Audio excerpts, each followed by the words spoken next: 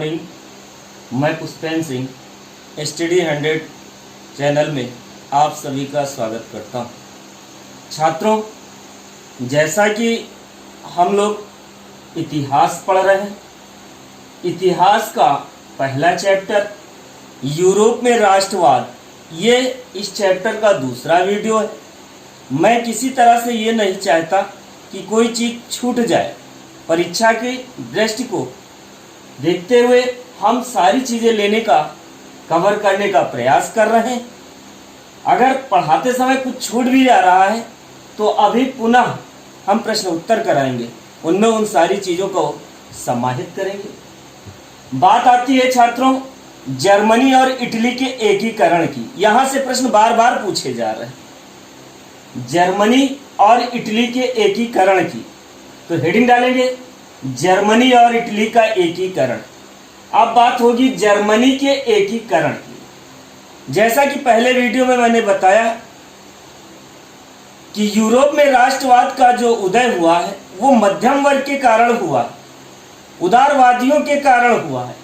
उन्हीं उदारवादियों ने, मध्यम वर्ग के लोगों ने 1848 ईस्वी में जर्मन महासंघ को विभिन्न क्षेत्रों में जोड़ने का प्रयास किया, जोड़कर एक निर्वाचित संसद के द्वारा राष्ट्र राज्य के निर्माण की अहम भूमिका निभाने का प्रयास किया।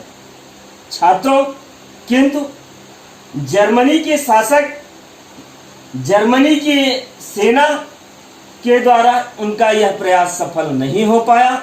सेना और राजशाही व्यवस्था ने उनके राष्ट्रवाद के शब्द में या राष्ट्र राज्य के निर्माण में रोकने का कार्य किया है।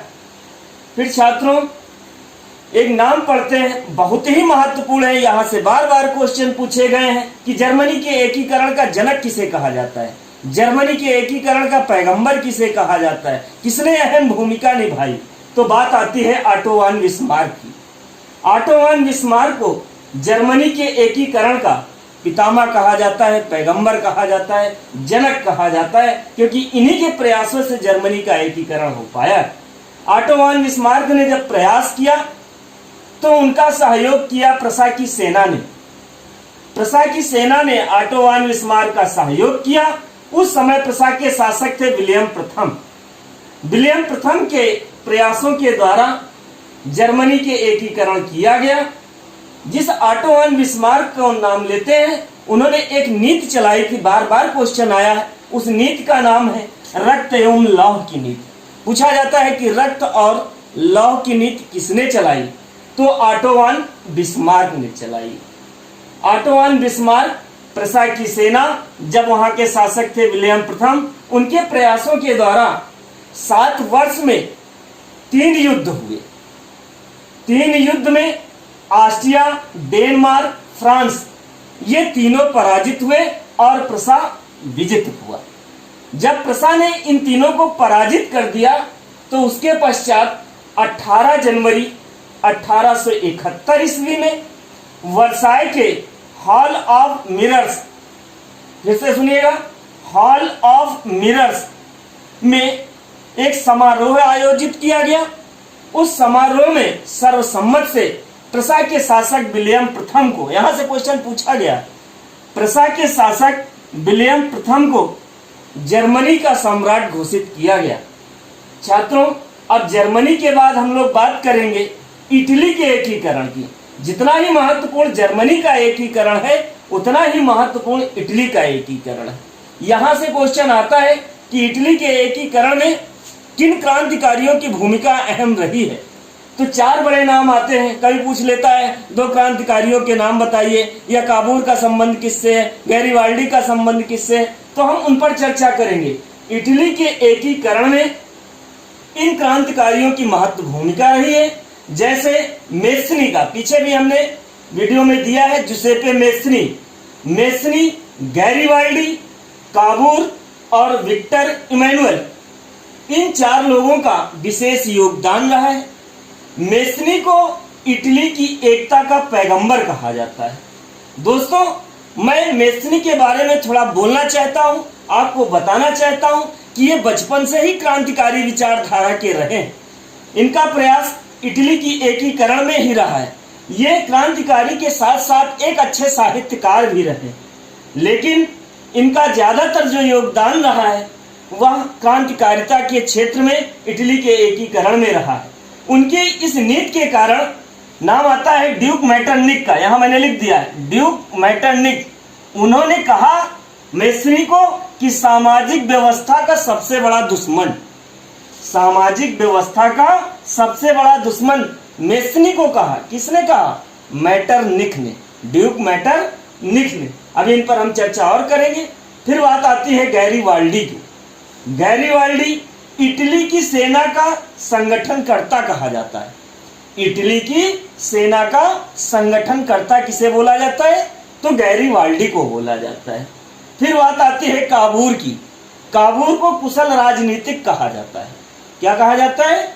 कुशल राजनीतिक कहा जाता है। अगला जो आता है विक्टर इमैनुअल। विक्टर इमैनुअल, एक एक वर्ड को देखकर लिखेंगे। विक्टर इमैनुअल, इसे इटली का भाग्य विधाता कहा जाता है।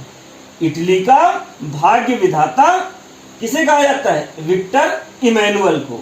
इस बात को ध्यान से लिखेंगे कि मेस्नी इटली की एकता का पैगंबर है, गैरीबाल्डी इटली की सेना का संगठन करता है, काबूर कुशल राजनीतिज्ञ है, विक्टर इमैनुअल इटली की का भाग्य विधाता है। अब बात आती है मेस्नी की, क्योंकि मेस्नी पे मैंने ऊपर चर्चा की है कि सामाजिक व्यवस्था का सबसे बड़ा दुश्मन किसने कहा? मेटरनिक ने कहा। उसके द्वारा यंग इटली की स्थापना की गई है। दोस्तों हेडिंग डालेंगे यंग इटली संस्था। यंग इटली संस्था, तो सबसे पहले जब संस्था बनी तो संस्थापक होगा। बात करेंगे संस्थापक की। संस्थापक में नाम आता है मेस्नी का, जुसेपे मेस्नी। अब मेस्नी में जानेंगे कि मेस्नी था कहां का। तो उसका जन्म 1807 ईस्वी में जिनेवा में हुआ। कहां पर हुआ? जिनेवा में हुआ। कब हुआ? 1807 में। चूंकि वो क्रांतिकारी था ही, तो क्रांतिकारी होने के कारण उसने एक बड़े जो क्रांतिकारी संगठन था जिसका नाम है कार्बोनरी संस्था। क्या नाम है? कार्बोनरी संस्था। उस कार्बोनरी संस्था में एक सक्रिय क्रांतिकारी का कार्य किया। उसकी क्रांतिकारिता के कारण 1830 ईस्वी में सेवाना दुर्ग में उसे कैद कर लिया जाता है। कब कर लिया जाता है? 1830 ईस्वी में। कहां पर? सेवाना दुर्ग में उसे कैद कर लिया जाता है और 6 माह की सजा दे दी जाती है।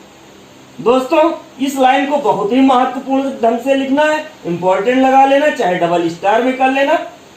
इस मेस्नी के द्वारा 1832 ईस्वी में फ्रांस में मार्सलेज नगर में, फिर से सुनिएगा, 1832 में फ्रांस में मार्सलेज नगर में यंग इटली की स्थापना की जाती है। यहीं से क्वेश्चन पूछा जाता है कि यंग इटली की स्थापना किसके द्वारा, कब और कहां की जाती है? तो जुसेपे मेस्नी के द्वारा 1832 ईस्वी में फ्रांस में मार्सलीज नगर में की गई थी। अब बात आती है कि ये संगठन इतना महत्वपूर्ण क्यों है? तो इस संगठन के अपने कुछ उद्देश्य हैं। छात्रों हेडिंग डालेंगे यंग इटली संस्था की स्थापना के उद्देश्य। यंग इटली संस्था की स्थापना के उद्देश्य। पहला उद्देश्य रहा है नंबर 1, इटली के एकीकरण के लिए नवयुवकों को जागृत करना। इटली के एकीकरण के लिए नवयुवकों को जागृत करना। अब इस बात को समझना है कि इटली के एकीकरण मतलब इटली जो टूटा है, बिखरा है, उसको एक बड़ा देश बनाना है। तो उसके लिए सबसे पहले जरूरत होती है नौजवानों की, क्योंकि नौजवान देश की रीढ़ की हड्डी होते हैं। उन्हीं के प्रयासों से सारी चीजें हो जाती हैं, वही आगे राष्ट्र का नेतृत्व करने वाले होते हैं। तो उन नवयुवकों को क्या करना है? जागृत करना है, उनके अंदर ज्वाला लेनी है, उनको इस क्रांतिकारिता में जोड़ना है। तो पहला कार्य यंग इटली संस्था का ये रहा है। छात्रों दूसरा, गणतंत्र की स्थापना के लिए प्रयास करना। ऐसे कार्य करना जिसके द्वारा गणतंत्र हो जाए, इटली में गणतंत्र की स्थापना हो जाए। इन दो महत्वपूर्ण उद्देश्यों को लेकर यंग इटली की स्थापना की गई थी। छात्रों, यहां ध्यान देना है कि नोट बिंदु में लिख लेंगे कि इस यंग इटली के माध्यम से पूरे यूरोप को एक प्रेरणा मिली। उस प्रेरणा में जैसा कि इटली के अलावा और भी बहुत सारे देशों में, जैसे इंग्लैंड में यंग इंग्लैंड और आयरलैंड में यंग आयरलैंड की स्थापना की गई। छात्रों, दूसरी महत्वपूर्ण बात यह है कि इटली का एकीकरण कब पूरा हुआ, तो उस पर चर्चा करेंगे कि 20 सितंबर 1870 ईस्वी में। इस बात को महत्वपूर्ण ढंग से समझ लीजिएगा, अच्छे से लिख लीजिएगा।